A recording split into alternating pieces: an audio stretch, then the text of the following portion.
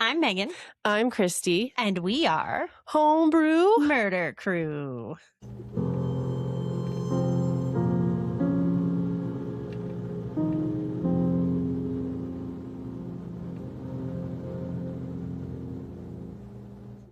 Hello. Hi.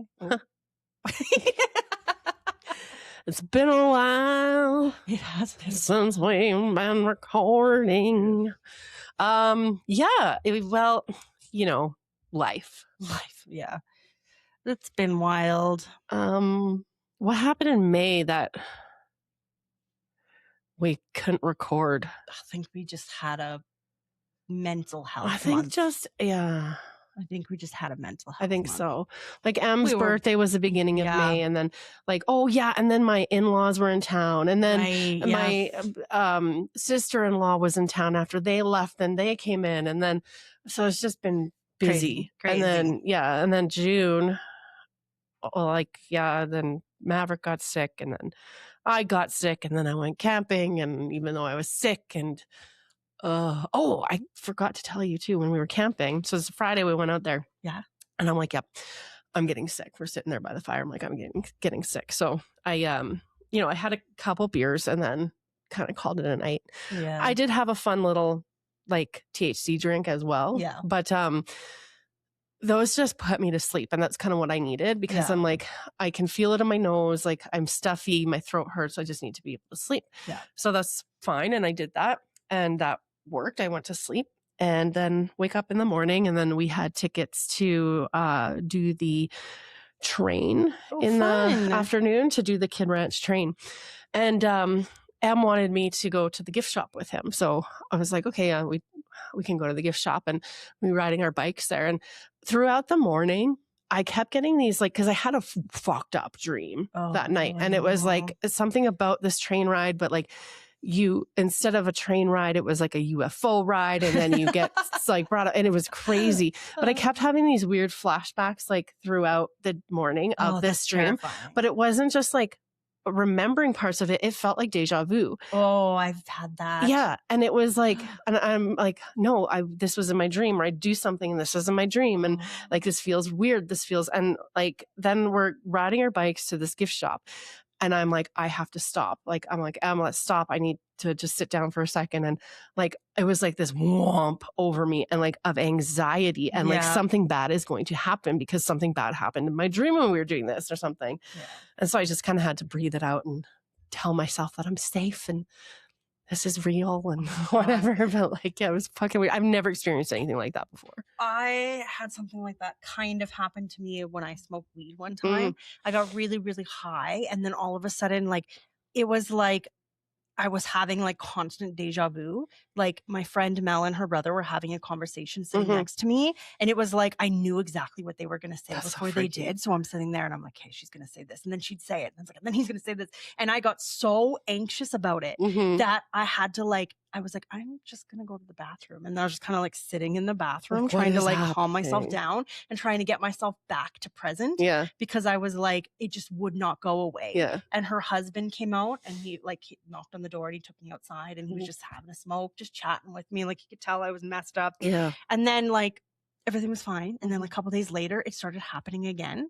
And even to this day. Even when you were sober? Yeah. Even to this day, every now and again, that happens to me. Weird. It's you unlocked something in your brain. That's exactly what Martin said too. Yeah. Is that sometimes that can happen with marijuana. Yeah. Is that you can unlock a part of your brain. So every now and again I have a moment where all of a sudden I'll just be sitting there and I'll be oh shit. It's happening of again. Clairvoyance or something. And then I get super anxious, and then I have to just sit there and I just have to try to do something that I'm that is not part of this deja vu to get myself out of it. Yeah. That's right. Not clairvoyance, because clairvoyance is hearing. Yeah. Clairsentience, I think, is what that would be. It would be just knowing. Terrifying. It's terrifying. Yeah. Just know that this could continue happening to you, unfortunately. Oh, God. Well, because that was I was 21 when that happened, and I still have moments where I'll be sitting there and there'll be a conversation going on around me, and I'll be oh no, I know exactly what everybody's gonna say before they say it, and I'm I need to get myself out of here. I don't like it. A lot of stuff has happened, so I don't know that we need to share a bunch of news, but is there any particular news that you would like to share? I would like to share one. I'll start. You go, because I can't think of any right now. Okotoks has a known pedophile. Oh, that. Yeah, and the police raided his house and found like over 600,000 pieces of child sexual exploitation material. Yep.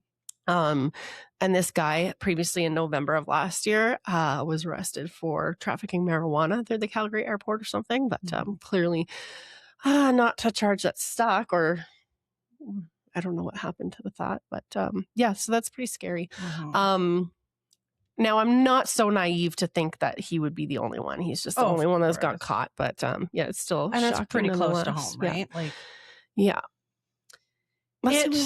Oh yeah, and then like I think we're their 6th anniversary of Shane Smith's disappearance. It's not a case that we've covered, but it's one that I know I've kind of spoken about before. But if you know, you know, and maybe we'll cover it one day. But yeah, he went missing in 2020, June 2020, and he's never been found. And his friend's house got raided, and it was right down the street from me. And so we watched the whole SWAT team. They were shouting like, everybody get in the house and da-da-da. It was kind of crazy, but yeah, really sad. Justice for Shane. Yeah, it's sad. I hope they find him one day so that family can have. Yeah, because I think those boys were released and have never really seen any justice for what happened to him. But sounds about right. Yeah. Unfortunately. Have you thought of anything? Not really. Just crime in Calgary has been wild. Yeah. Wild. Apparently there's a new gang in town and they're very happy. Oh, good. So great. I kind of did some like research and between the 3rd of June and the 5th of June, there was 7 shootings in Calgary. Oh my God. 2 on the same day. Oh my God. Yeah, wild. This is crazy. What is happening? There's been a bunch of crazy murders. It's been a weird year. Yeah. Everything just feels very off and no bueno.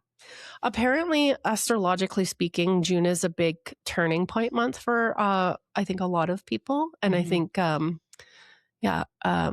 I'm excited to see what the last half of the year will bring. But speaking of June, I just wanted to mention too, June is Men's Mental Health Awareness Month. And I don't obviously think we should be aware of men's mental health every month of the year, but everything has its month and will have its month. So in honor of my brother, as you know, who I lost to mental health in March, I just wanted to share that and share some statistics really fast with everybody. So just as a reminder to check on your dudes, check on your bros. Nobody needs to suffer alone. So men are 3 times as many men as women die by suicide. Men are wrongly taught at a young age that expressing emotion is weak. Men aged 40 to 49 have the highest suicide rates. My brother was 40. 41. He was 41. Men report lower levels of satisfaction than women. Men are less likely to seek medical help than women.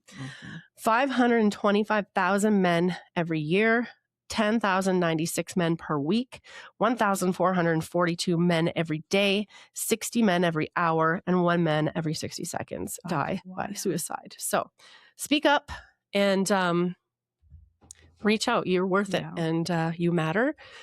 And check on the men in your life. Yeah, my dad actually got a call this week from his old work. He's retired now and living across the country. That one of his coworkers took his own life this week. Fuck. Yeah, so it's sad, devastating indeed. So I'm still getting over this chest cold thing. I had to go to urgent care and get inhalers. Yay! So do that a few weeks ago. Did you get the crazy one that looks like it doesn't look like an inhaler. It's like upright, kind of looks like a penis, and it's got like the powdered one. You have to do the click thing. No, I didn't get that. You have to inhale the powder. No. So I got like the. Sorry. I know you're like. And I was like, a it looks like dildo? And you're like a penis. You have to like hold the powder in it, and then you have to like shoot it Snort back it. and like inhale it. Like, oh, weird. No, I didn't get that. But no, just the traditional inhalers and then the chamber. Yeah, I got one of those too. But they're like, well, you waste less when you do it that way. I'm like, sure, I think whatever. the one I'm talking about is the one that has steroids in it. I think it's a steroid. Yeah. But they gave me that when I had my chest infection. One of mine is steroidal. But maybe it's the same thing, just in a different. But if you had a chest infection, then maybe it had antibiotics in it or something too. Yeah, possible. Yeah. No. All right. Well, that's enough chitty chatter. 10 minutes worth. But it's been a while, so yeah. I'm happy to be back with you. Me too. But I'm going to try to make it through without losing my voice. And I might need to pause to blow my nose, but we'll try. So I'm going to bring some dark history. I love a bit dark history. Yeah. So this case, I don't know. This is like the Titanic of the sky kind of dealy going on here. This is the Hindenburg disaster. Have you heard about it? It sounds familiar, but I couldn't recall it. Okay. I need to jog that old memory. Well, let's talk about it, shall we? So, just briefly getting us into it here. On the afternoon of May 6th, 1937, a massive silver shape stretching longer than 3 modern Boeing 747 aircraft and nearly rivaling the RMS Titanic in sheer length materialized out of the low cloud cover over New Jersey. Is it an alien spacecraft? I wish. Oh. To the spectators gathered on the ground, the LZ-129 Hindenburg, I'm going to call it LZ because I don't like to say Z, I like Z. LZ-129 Hindenburg appeared as a silent, majestic marvel of modern technology, a floating testament to human ingenuity. Yet, within minutes, this grand vision of the future would dissolve into an apocalyptic firestorm. Nasty. Crazy. Yeah. So long before the Hindenburg became a tragic icon of the skies, humanity had spent over a century chasing the dream of lighter than air flight. Yes.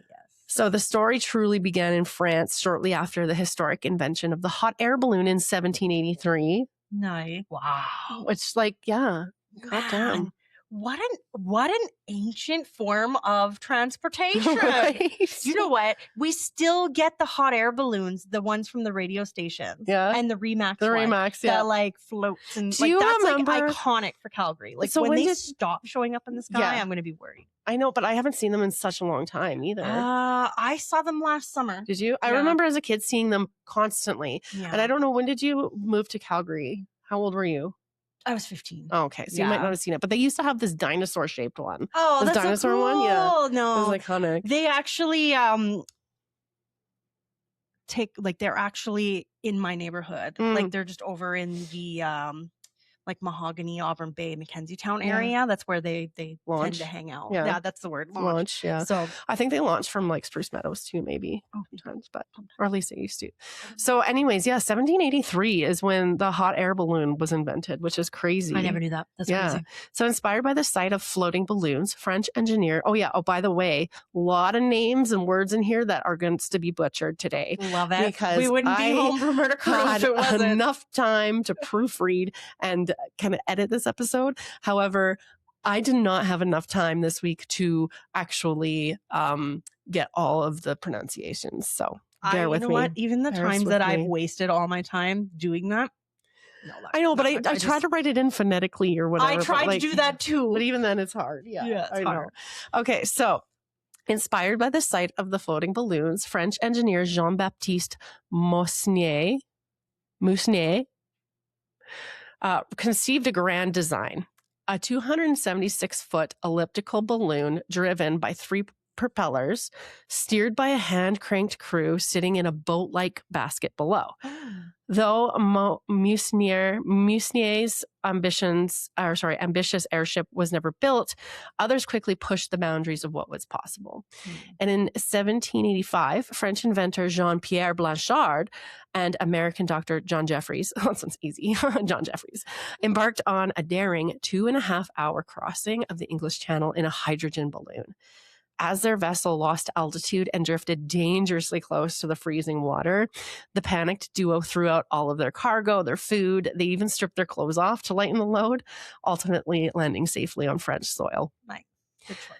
By 1852, can you imagine these two fucking guys showing up naked in France, like in a balloon? In a balloon in a basket? Like, what the fuck? That'd be amazing. People would be like, I don't know what's going on, but this is really cool. That's so how French of them. Right? It feels very French. By 1852, French engineer Henry Giffard took a massive step forward, piloting the first steam-powered hydrogen balloon airship with a functional steering mechanism. Yet the true dawn of the modern airship came in 1895, when Count Ferdinand von Zeppelin, fucking sexy. It. Yeah. I haven't even looked up a picture of this guy. I want to see a picture of him, but Count Ferdinand von Zeppelin patented a revolutionary rigid airship design, which was built alongside aviation pioneer David Schwarz. Unlike soft balloons, these zeppelins, like affectionately named after Count Ferdinand, possessed a tough, rigid aluminum frame housing individual gas cells. They were powered by two 15-horsepower engines. Count Zeppelin's early craft could travel at 25 miles per hour, captivating the public and proving that humans could truly navigate the winds. Ooh. Yeah. And then I just want to point out, like, okay, so, because I'm not sure how into it gets, and I just want y'all to know, there's a blimp, which is like a soft shell. And then there's these Zeppelins, which is like a hard shell. And then the difference between like these lighter than air machines versus like the Wright brothers airplane, for example, is this, okay, the Wright brothers it's the mechanism of lift. So I had it here. So the lighter than air aircrafts float on buoyancy, which is also known as aerostatics, while the early airplanes generated lift mechanically with aerodynamics. So that's the difference, if anybody's wondering. Because I was like, what the fuck's the difference? And I'm like, what came first? And what, yeah. Thank you for sharing that. That's very informative. Yeah. Fun fact. I wonder if Led Zeppelin got their name from the... Into this. I looked into this. Yes, they did. Yeah. Oh. Yeah. So I don't go too much into it, but they did. Okay, my bad. Sorry to ruin the... No, it's okay. Yeah, I'll tell you more about it. Okay. I should have wrote a little blurb about it because now everybody's gonna want to know. That's okay. Okay. So unlike captivating the public, proving that humans could truly navigate the winds. I love that. Recognizing the commercial potential of these giants, Alfred Colsman, so many players in this, by the way. Alfred Colsman, he's the managing director of the Zeppelin Company, established DLAG. Here we go. Durch Luftschiffahrts Aktiengesellschaft. DLAG on November 16th, 1909, as the world's first airline. DLAG's early days were plagued by misfortune. Its first two civilian airships, the Deutschland LZ-7 and the Deutschland 2 LZ-8, were destroyed in accidents only weeks after entering service. During its press flight on June 28, 1910, the Deutschland was caught in a violent storm, plunging into the Teutoburger forest. Eerily, the massive ship became wedged in the treetops, which cushioned the impact and allowed actually all 32 journalists and crew members on board to escape down a makeshift ladder without a single serious injury. So nice. Yeah. These early trials taught the Zeppelin Company invaluable lessons, and DLAG soon achieved astonishing success with ships like Schwaben LZ. Are you looking up that Deutschland? It's Deutschland, which is the German word for Germany. Okay. Deutschland. That's what I thought. I was like, I didn't want to say it. I didn't want to say it. Deutschland. Okay. Deutschland. That's how you spell Deutsch Luftfahrt. I don't know that one. I just know that Deutschland. Germany is Okay, Deutschland. Sorry, I feel sorry. I'm so sorry. No, thank just you. Just because Martin's German, Yeah. I was like, no. I was like thinking. I was like, I had to double check it though. So I was like, that's how they spell Deutschland. Like, for Germany. No, I appreciate the correction because I don't want to go through this whole thing. Deutschland. Deutschland. Deutschland. Sorry. Don't tell Martin. I won't. But it's Deutschland. Deutschland. Okay, so Yeah, so these early trials taught the Zeppelin company some invaluable lessons, and DLAG soon achieved astonishing success with ships like the Schwaben, the LZ-10, which featured a luxurious passenger cabin lined with mahogany, mother of pearl, and elegant wicker chairs. Sounds extravagant. I'm just not sure that elegant and wicker belong in the same sentence, but I digress. Maybe it did back then. Probably. Maybe wicker was like probably like really sought after then. Yeah. And now we're like, oh, wicker. Like, yeah. For poor people. Yeah, gross. By the outbreak of World War I in 1914, DLAG carried over 34,000 passengers across more than 1,500 flights without a single injury. Nice. Good work. Good work. Following the war, airship technology leaped forward. In 1919, DLAG introduced the Bodensi, the LZ-120, a revolutionary teardrop-shaped vessel designed by engineer Paul Jarret, and could fly at 82 miles per hour. Shit, she's smoking to the sky. Successfully, that's miles per hour, not kilometers. I don't know what that translates to in kilometers. Alexa, how many kilometers per hour is 82 miles per hour? 82 miles per hour is about 132 kilometers per hour. Oh, see, that's fucking fast. That is fucking fast. Holy shit. Thank you, Alexa. You're welcome. Happy to help with the conversion. She's part of our podcast now. I hope it comes through. I do too.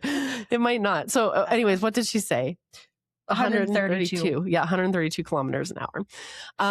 For our Canadians and those also in our,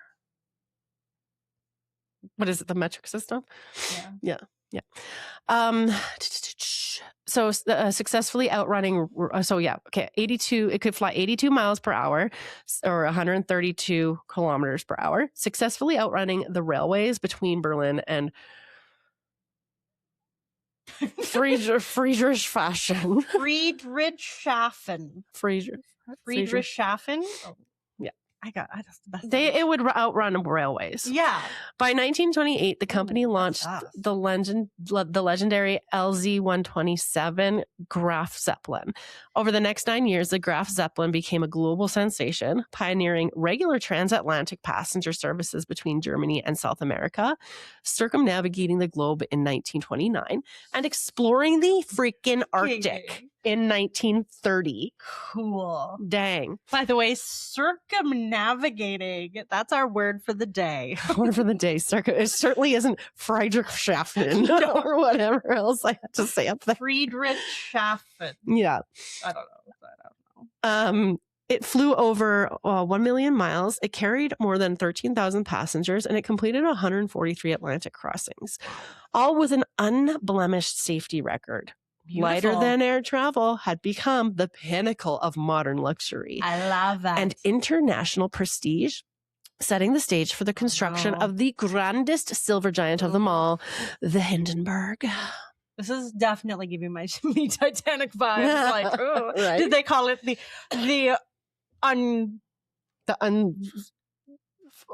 crashable plane? I don't know. Unfloatable? I don't know. Yeah, like the unsinkable ship. No, I don't think they had anything cute like that. But so the Zeppelin company had originally proposed the LZ-128 in 1929 as a 245-meter vessel carrying 140,000 cubic meters of hydrogen.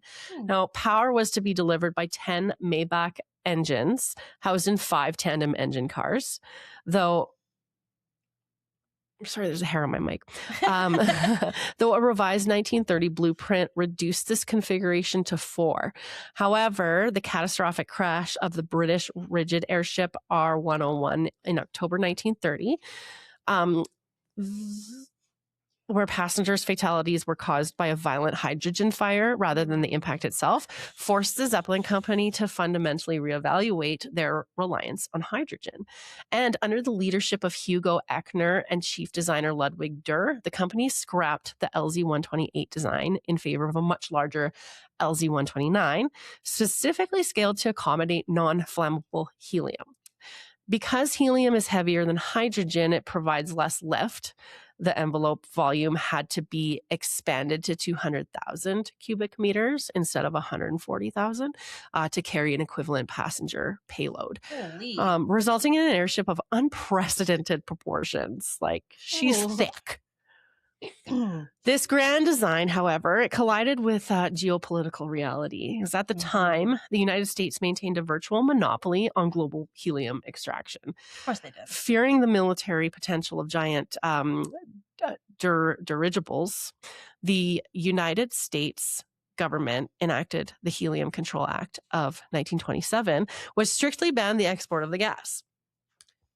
Although, and dirigibles is like the all-encompassing word for these floating aircrafts, just in case you're wondering. I tried to find a different word, and it was like, no. This is the only word. This is what it is. This is the word. Yeah. Dirigibles. So although German designers held on to the hope that they could lobby the National Munitions Control Board to lift the ban, the rising militarism of the Nazi regime cemented the American refusal to supply the gas. Yeah. And the Germans were forced to make a fateful engineering compromise. They re-engineered the Hindenburg to use highly flammable hydrogen gas, the only available alternative that could provide the necessary lift. Whose fault was that?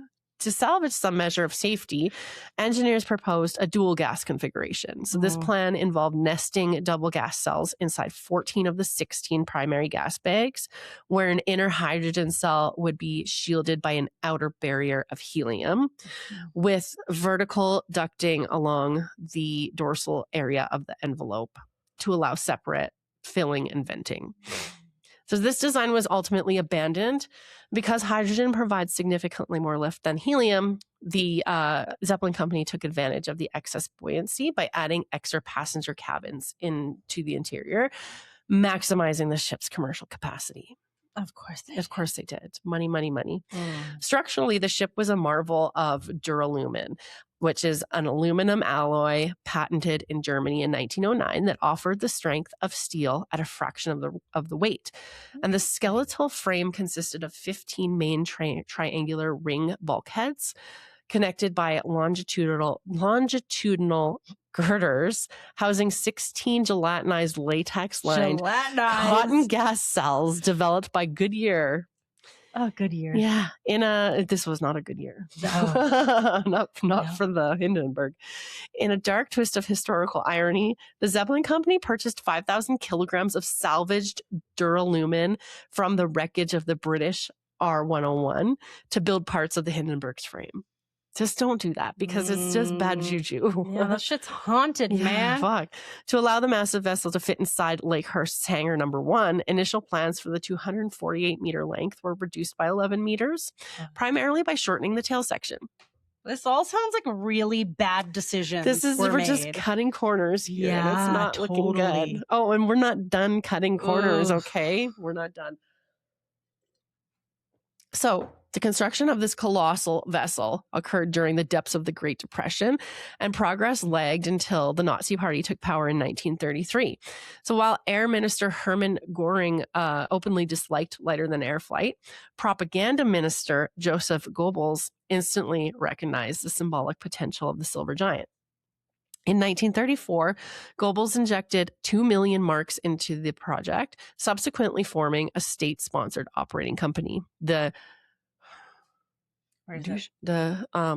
Deutsche Zeppelin Reederei, I think, DZR.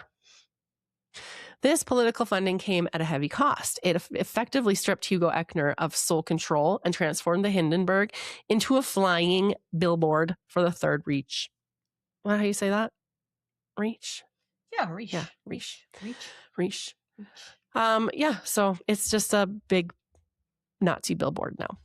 So although the name Hindenburg had been quite quietly selected by Echner over a year earlier, only the airship's formal registration number, which was DLZ-129, and the 5 Olympic rings were displayed on the hull during its trial flights in early March of 1936.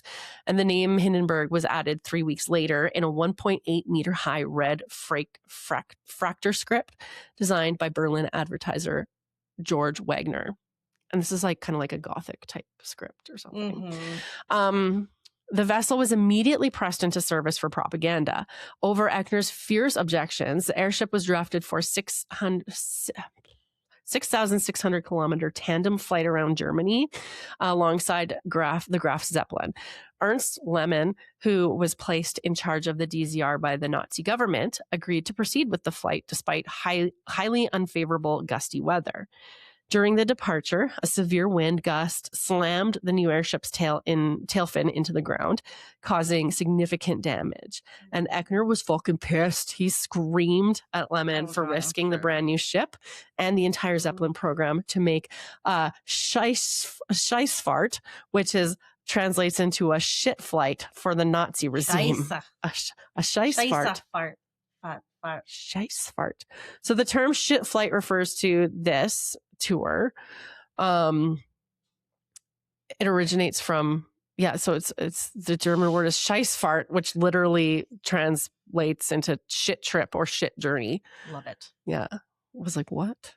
I'm gonna say that to Martin to see what he says. Scheissfahrt. I'm gonna just say it one day. Scheissfahrt. You should. Scheissfahrt. Shit trip. I need to take a Scheissfahrt into the bathroom. This coffee's running right through me. Oh. So the cancellation of the ship's endurance trials to accommodate the propaganda flight, cutting more corners, put the airship at risk, resulting in persistent engine trouble during its maiden transatlantic crossing just 2 days later. Despite these mechanical issues, the ship became a massive success, carrying notable passengers like world champion boxer Max Schmeling back to Germany after his historic victory in the United States, allowing Goebbels to maximize publicity and demonstrate German technological supremacy. So to cross the Atlantic aboard the Hindenburg was really to experience the ultimate expression of mid-century luxury, again reserved exclusively for the wealthy. Designed by Fritz August Breuhaus, acclaimed for his work on ocean liners, luxury trains, and German warships, the interior spaces were entirely contained within the lower portion of the giant hull, which was a major aerodynamic improvement over the external passenger gondola of the Graf Zeppelin. So it's all inside. There's no external little hangy thing. Sounds terrifying, though. Yeah. Knowing what's coming. Yeah. But they didn't know what was coming. So the passenger accommodations were divided into 2 decks. So there's the upper A deck, and this deck served as the primary living space for passengers. Running down the center were 25 double berth cabins, which, like sleeper train compartments, featured fold down upper bunks, a small writing desk, and a plastic wash basin with hot and cold running water. On the port side was the dining room, stretching 47 feet long and decorated with elegant silk wrapping paper, or wallpaper, sorry, not wrapping paper. Yeah, depicting the voyages of the Graf Zeppelin. And then on the starboard side lay the writing room and the lounge. During the 1936 season, the lounge featured a unique 162 kilogram grand piano manufactured by Julius Bluthner. To comply with strict weight restrictions, the piano was constructed of duralumin tubing, and covered in lightweight pigskin. The piano was removed before the 1937 season and was not aboard the final flight.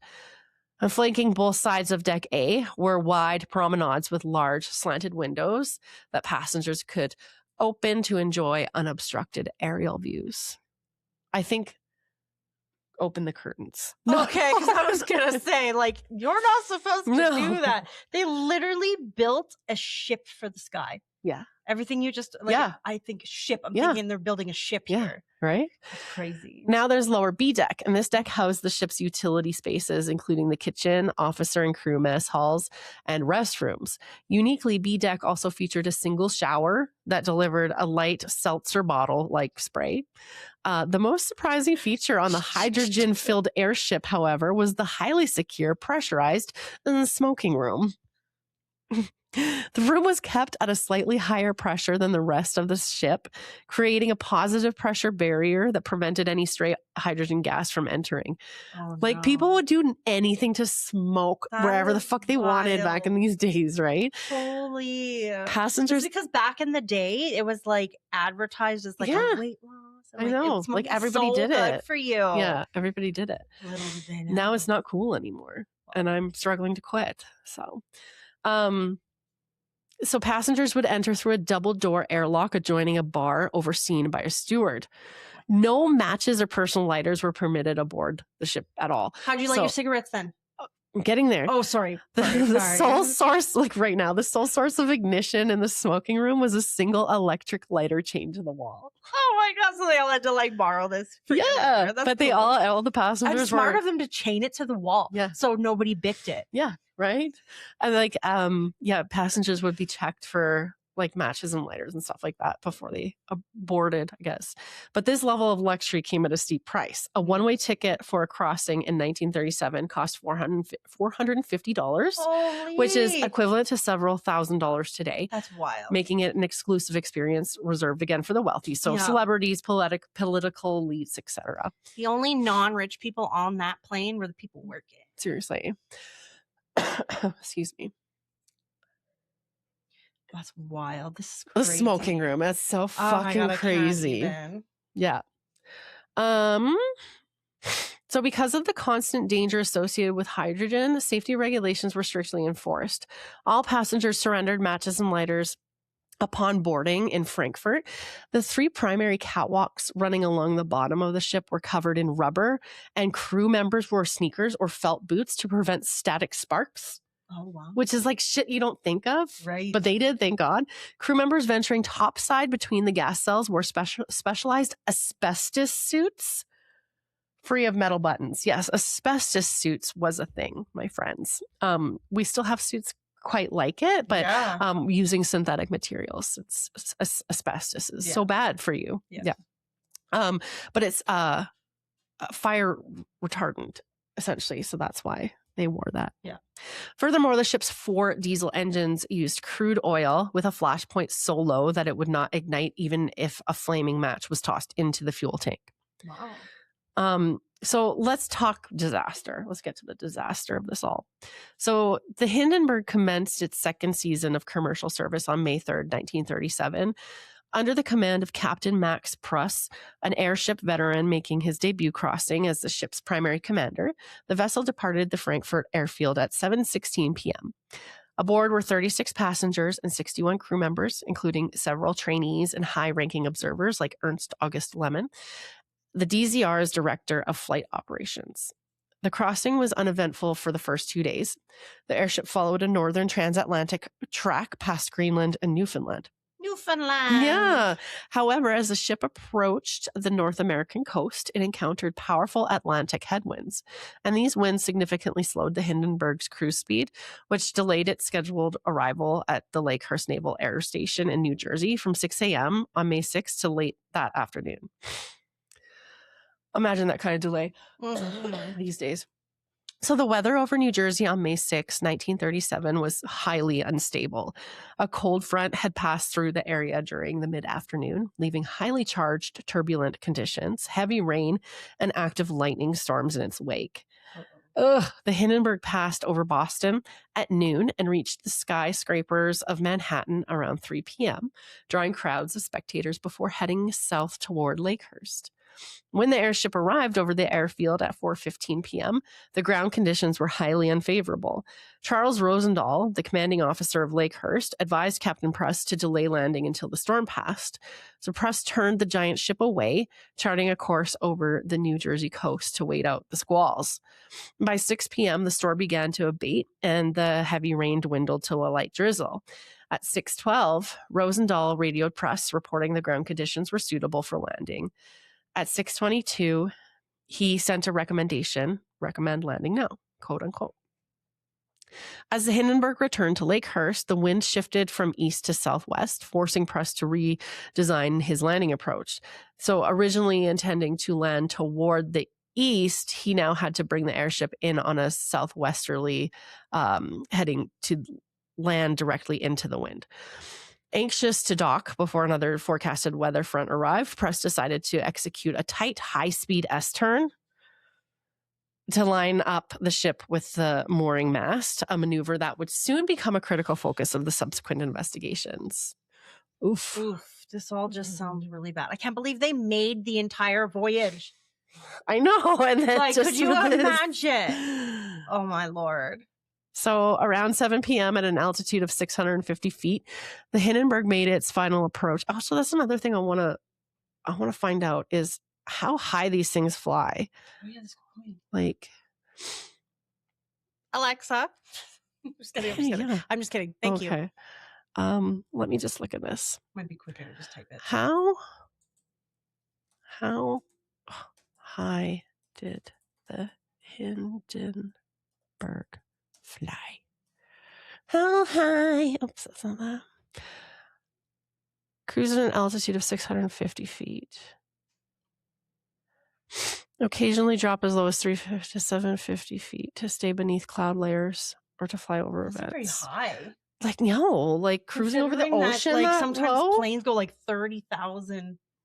Yeah, and I can understand that can't get that high, but like, That fuck. seems very low. Yeah, Oh, like you're just skipping over the ocean, kind that's of. wild. Yeah.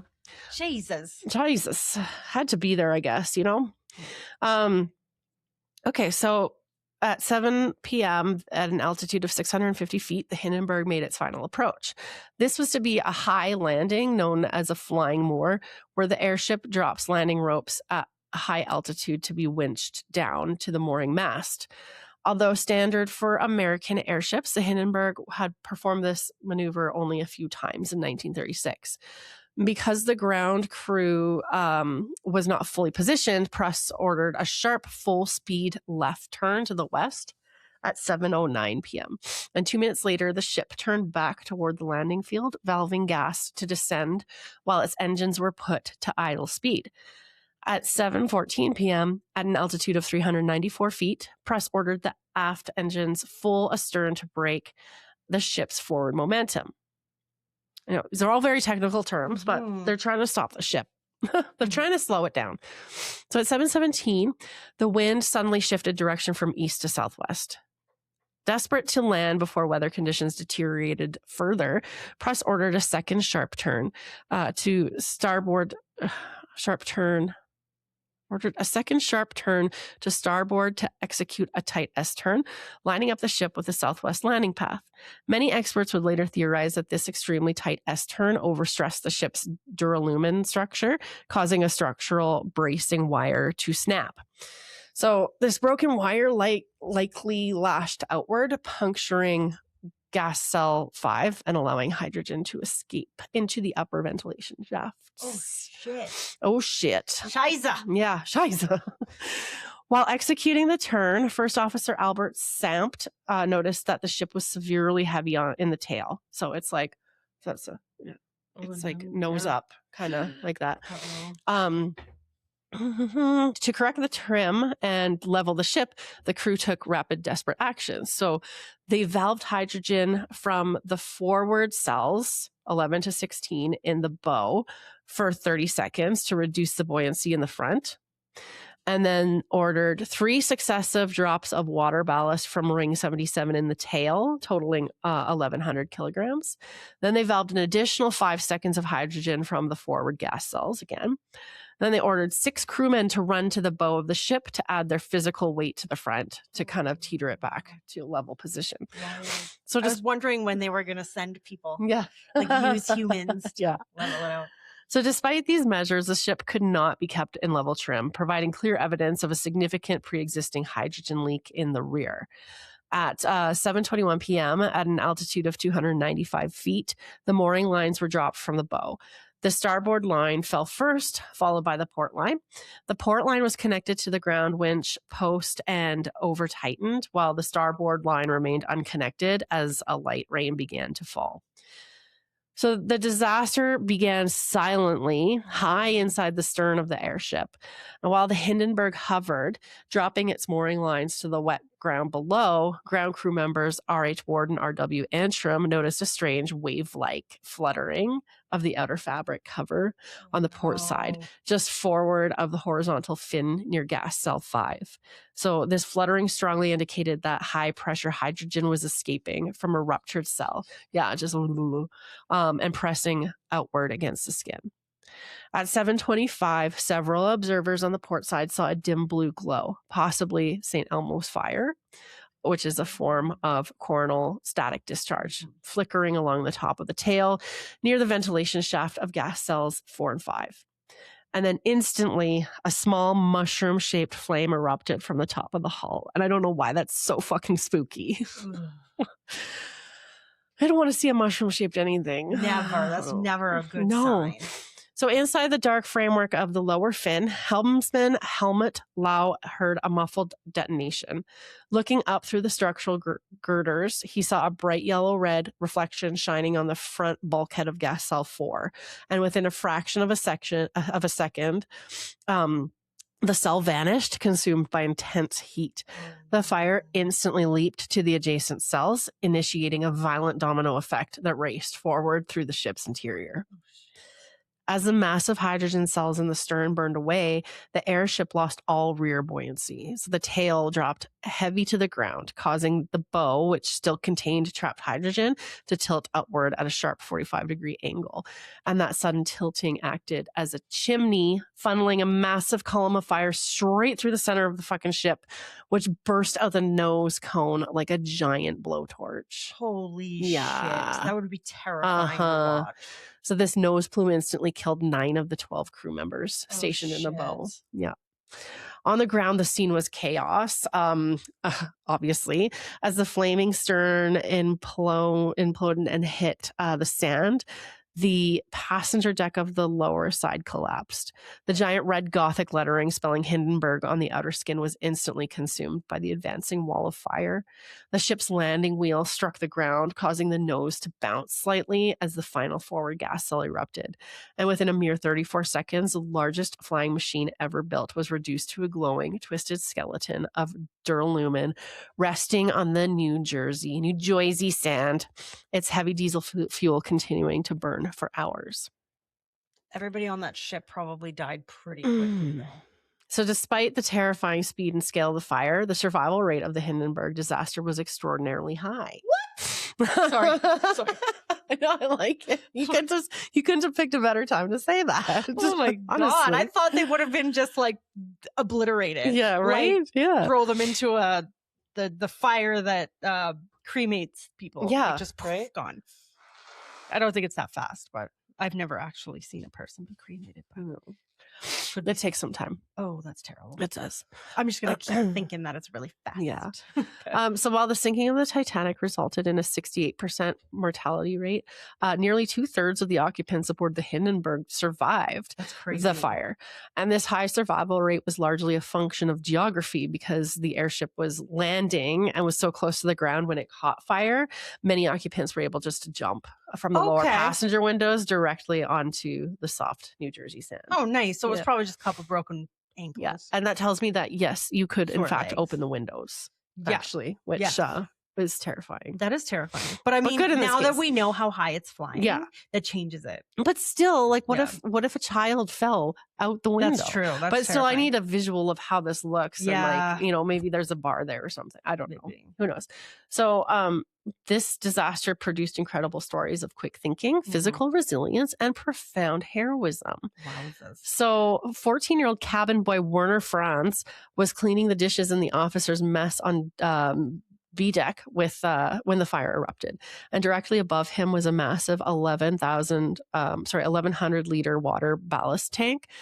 As the structural framework of the ship buckled, the tank ruptured, completely drenching Franz in cold water. And this sudden soaking shielded him from the searing heat and flames. Nice. So Franz crawled to a nearby fabric supply hatch, jumped out as the ship neared the ground, and made the critical decision to run directly into the wind, preventing the drifting flames from consuming him. That's smart. Smart boy. Woo. He escaped without a single scratch, Good for surviving him. to become the last living crew member before his death in 2014.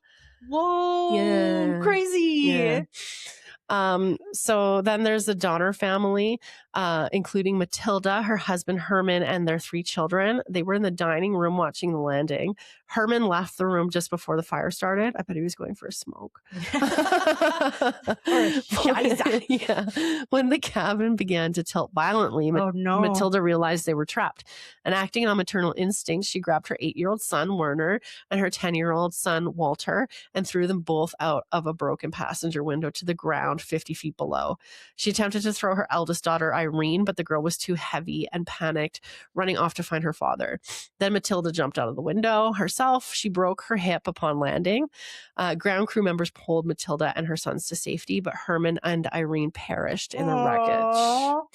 Werner Donner, whatever, the last living, not whatever, sorry. Werner Donner, I think it is. Donor, I don't know.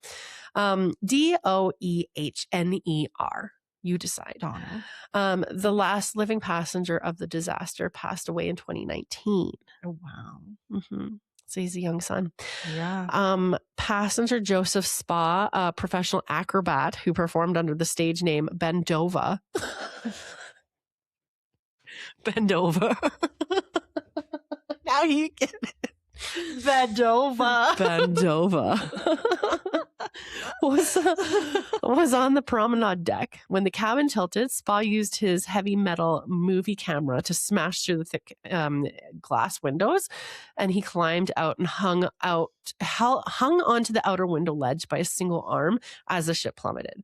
Ooh. Relying on his intense physical training, Spa held on until the ship was roughly 40 feet off the ground, and then he let go, landing on his feet in the sand, and he crawled away on all fours, escaping with only a broken ankle. Not bad. Bendova.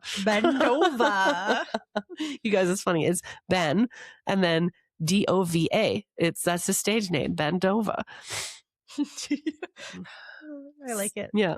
So then this one, inside the lower control gondola, Captain Max Pruss, First Officer Albert Sampt, and Flight Director Ernst Lehmann refused to abandon their posts. So they held the controls as the ship plunged, attempting to guide the falling giant away from the ground crew.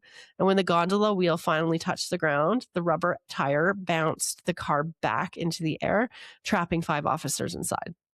And when the car settled a second time, they flung themselves out.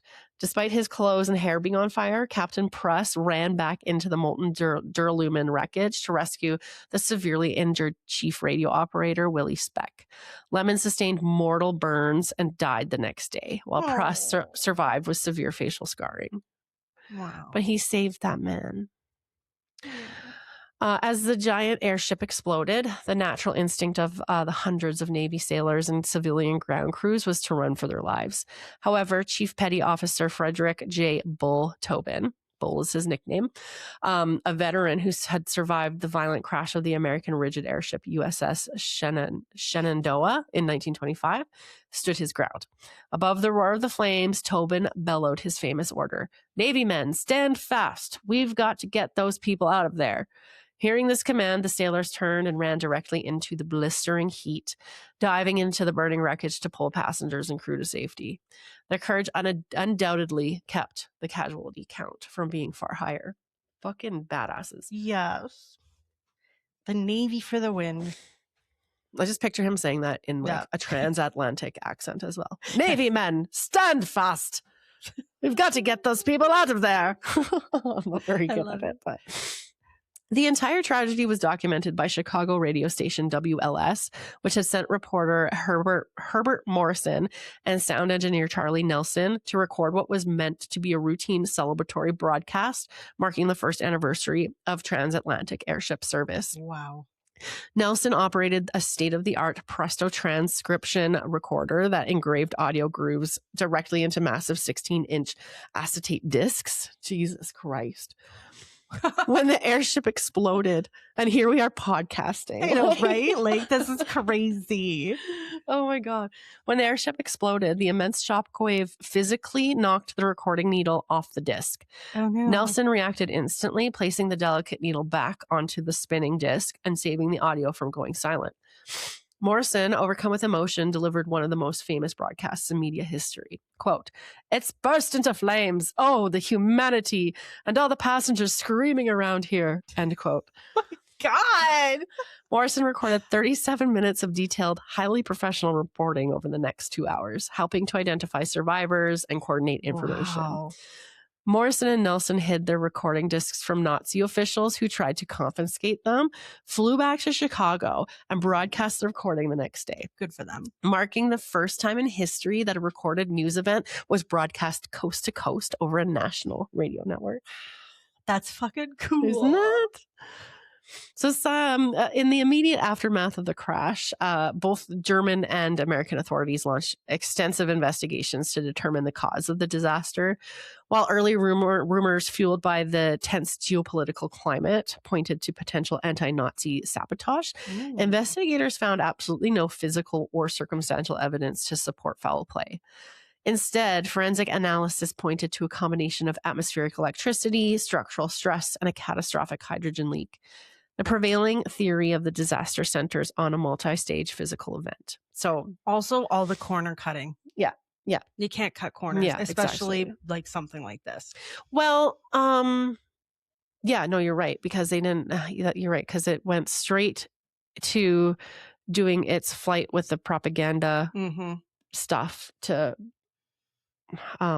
Jesus, I can't form words right now of my It's own maiden volition. voyage. Yeah, but it was meant to actually have a few test runs before that, but they went straight into that flight to advertise all the propaganda. From that, they went straight to New Jersey, so missed a few steps there. So here's the first of this multi-stage physical event is the hydrogen leak. So during the landing approach, the Hindenburg was severely tail heavy, a condition that could not be corrected despite dropping over a ton of water ballasts and valving forward gas. This persistent trim issue strongly suggests a pre-existing significant hydrogen leak in the stern. The primary cause of the leak is believed to be the high-speed S-turn, and that tight maneuver put a lot of lateral stress on the airship's massive frame, causing a highly tensioned bracing wire to snap. Yeah. It snapped. The snapped wire likely whipped outward, slashed one of the cotton gas cells, and allowed the hydrogen to escape into the upper ventilation shafts.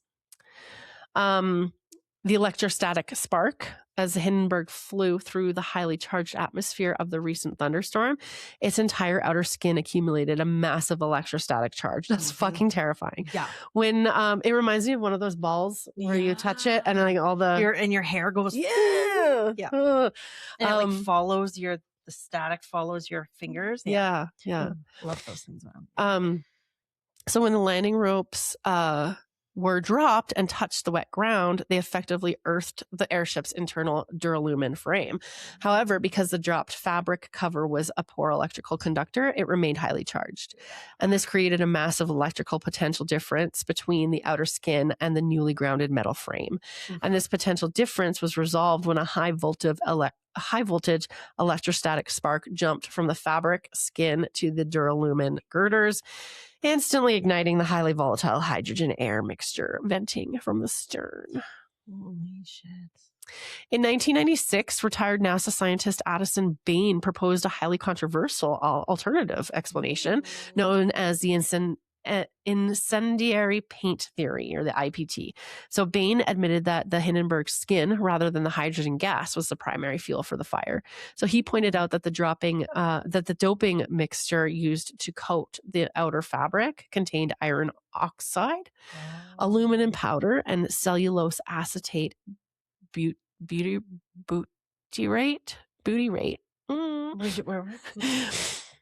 Butyrate. I don't know. A chemical combination highly similar to the thermite reaction used in incendiary weapons and solid rocket boosters. So Bain claimed that a static spark ignited this highly flammable skin and that the hydrogen played little to no role in the initial rapid spread of the fire. But this theory has been comprehensively debunked by physicists and materials scientists, most notably A.J. Dessler of Texas A&M University. Rigorous laboratory testing and chemical calculations revealed a few flaws in this theory. So the burn rate of the doped fabric is thousands of times too slow to account for the 34-second destruction of the airship. Even if the Hindenburg had been painted with the exact propellant used in space shuttle solid rocket boosters, it would have taken approximately 12 hours to burn from end to end. So coated with the actual aluminum powder paint, the fabric alone would have taken 40 hours to consume. Also, standard electrostatic sparks of the energy level present at Lakehurst are physically incapable of igniting the aluminum doped fabric. So it's just it's just debunked. And proponents of the IPT argued that hydrogen burns with an almost invisible pale blue flame, whereas the Hindenburg was consumed in a highly visible yellow-red fireball. So scientists proved that the hydrogen flames burning inside the frame acted as an intense heat source. And burning it to a fucking crisp. And then further validation of this came in 2007 when the television series Mythbusters, I love Mythbusters. I know, constructed a precise scale models of the airship skin, and the model containing only the doped fabric skin burned slowly and did not match historical footage, whereas the model filled with the hydrogen replicated the rapid, violent destruction of the Hindenburg perfectly. So debunked. Good job, Mythbusters.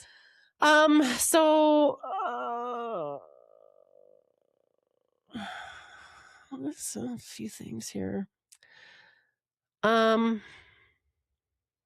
just gonna skip through some of this.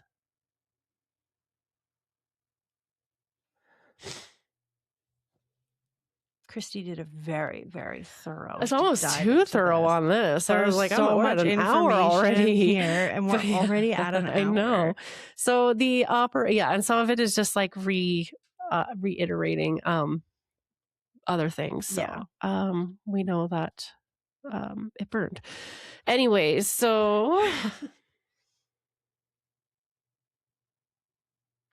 the operational pressures that contributed to the disaster, specifically flying a massive wind-vulnerable craft into an active thunderstorm zone due to tight schedules, led to a complete overhaul of aeronautical meteorological routing. This laid the foundation for modern safety management systems, SMS, and rigorous air traffic control protocols, ensuring that no commercial flight is placed in highly charged, unstable weather environments. Smart.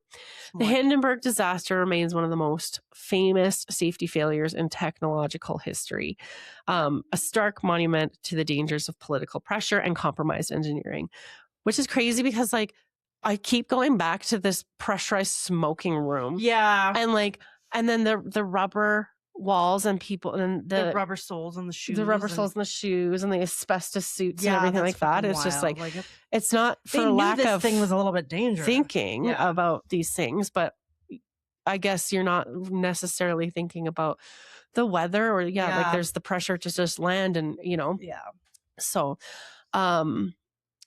the tragedy was not born of a single failure, but rather the alignment of a complex series of political, environmental, and physical factors. The geopolitical isolation that denied the ship safe helium, the structural stresses of high-speed maneuvers close to the ground, the volatile nature of hydrogen, and the unpredictable electricity of a New Jersey spring storm. So while the loss of the Silver Giant marked the sudden dramatic end of a romantic era of lighter-than-air luxury, its ultimate contribution was a transformation of aviation safety. So the hard lessons learned from the ash-strewn sands of Lakehurst forced engineers to ground their dreams of the sky in rigorous science, material reliability, and systematic risk management, paving the way for safe global air travel system of the modern era. The end. Thank you, Christy. That was amazing. I've never heard of this. No. I'm gonna do some research. I gotta see pictures and stuff of this thing. And then I do want to just mention here quickly. Hold on.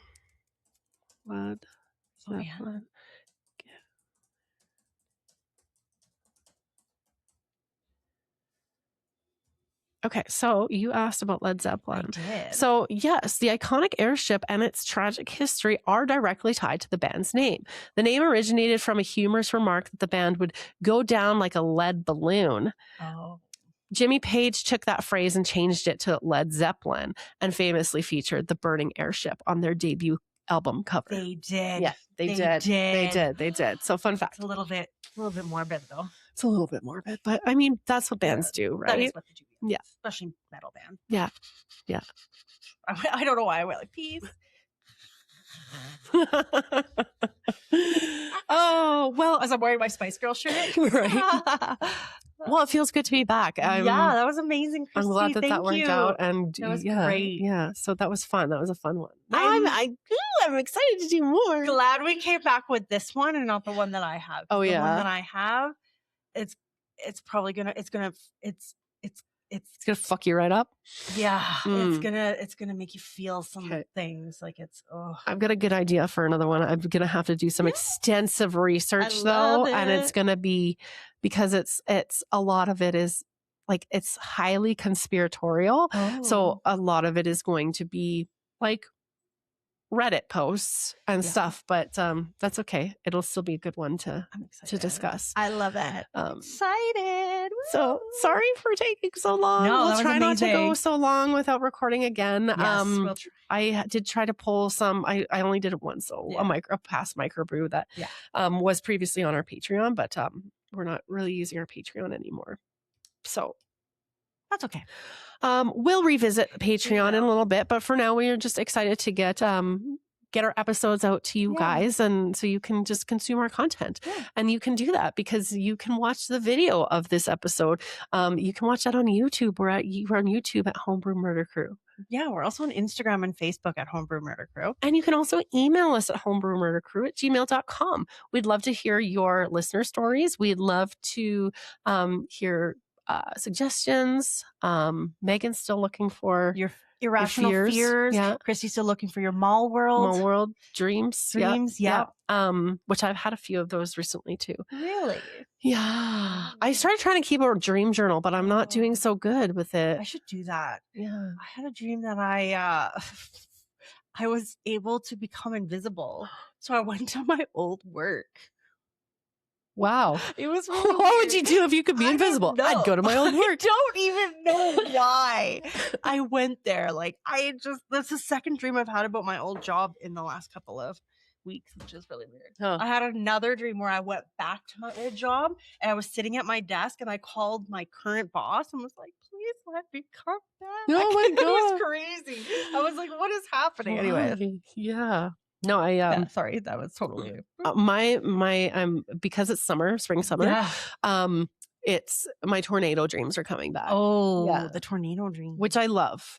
I actually I really love my tornado dreams. Yeah. Sometimes they're fucking scary. Mhm. But yeah. Well, I can't wait to hear about them on later episodes. We'll tell you about Christy's tornado dream. Tornado dreams. Ever since I watched the movie Twister in the theaters, I have tornado dreams. I read something online where it says that like people that sing things, it's a form of ADHD. I was like, I'm not surprised. oopsies. Like, Oh my God. That's Anyways. too tea. Anyways, thank you guys for joining us, Yeah. and we look forward to seeing you again. all right. Thanks you, Christy, for bringing us that amazing episode. You're so welcome. And I loved it. Thank you. Yay. Okay. Love you guys. Love Bye. you. Uh-oh.